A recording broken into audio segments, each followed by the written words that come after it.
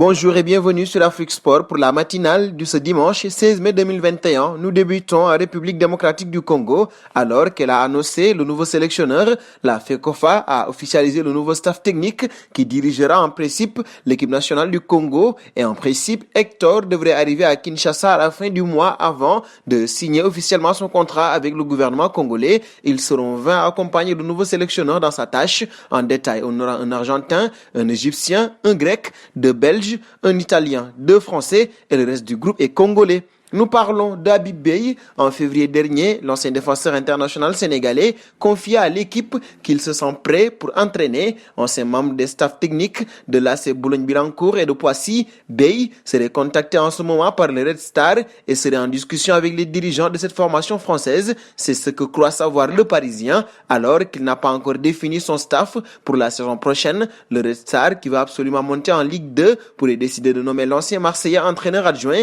si l'actuel coach Vincent Bordeaux reste en dépit de la fin de son contrat. Un saut auprès de Jürgen Klopp, interrogé sur la place de Mohamed Salah dans la hiérarchie de ses recrues en tant qu'entraîneur.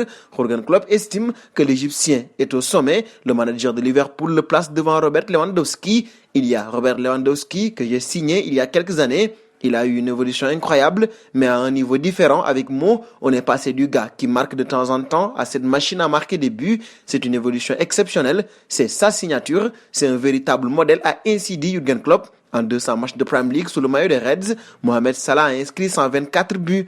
Un saut en Espagne désormais. Interrogé sur son futur en conférence de presse, Zinedine Zidane n'a pas démenti qu'il pourrait partir dans les prochaines semaines. Son message avait tout d'un au revoir. Il semble se préparer donc à un départ.